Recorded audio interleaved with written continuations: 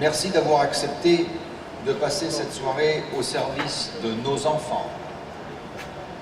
Merci enfin d'avoir accepté de passer cette soirée au service de l'humanité. Le deuxième gala des océans organisé par la Fondation Prince Albert II mercredi soir derrière le casino. Une belle soirée avec quelques 720 invités qui ont déboursé la somme de 8 000 € le ticket d'entrée pour contribuer à cette cause. Les bénéfices serviront à financer des programmes de sauvegarde des espèces marines et de lutte contre la pollution plastique.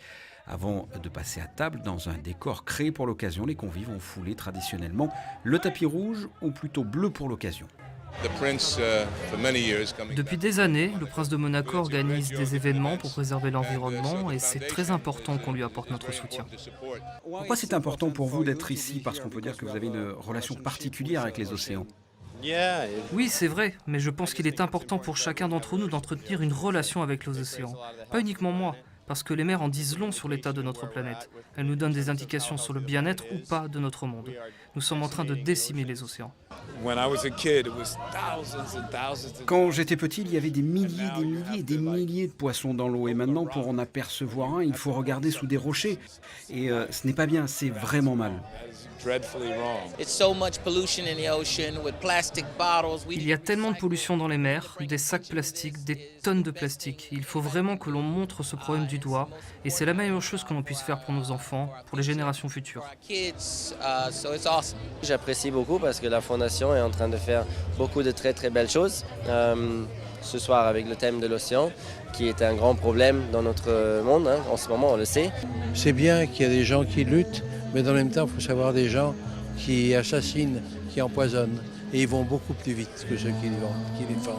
On préserve notre terre, on préserve nos océans, on préserve notre nature et puis on tente de sensibiliser les gens. Et souvent ceux qui sont les plus privilégiés aussi, parce qu'il faut qu'ils s'y intéressent, c'est ceux qui sont les plus durs à convaincre. 21 millions d'euros ont été récoltés lors de ce deuxième gala des océans, soit le double de l'an passé. Il est vrai que la vente aux enchères était exceptionnelle, entre des bijoux, des œuvres d'art, des moments rares comme une journée à cheval avec Madonna, jouer au golf avec Andy Garcia, assister au e-prix avec le prince Albert II, ou encore posséder une guitare de Mick Jagger. L'an passé, les 11 millions récoltés lors de la soirée ont permis de mener 37 missions pour la conservation marine. Il y a incontestablement un effet de motivation, notamment dans le milieu du showbiz, et c'est très bien, parce que c'est avec, je dirais, des étendards de ce genre qu'on peut faire avancer la sensibilisation sur les problématiques environnementales, et notamment sur la problématique environnementale liée à l'océan. A noter que durant le repas, l'acteur Orlando Bloom a reçu le prix spécial de la Fondation Prince Albert II, saluant son engagement pour la protection de l'environnement.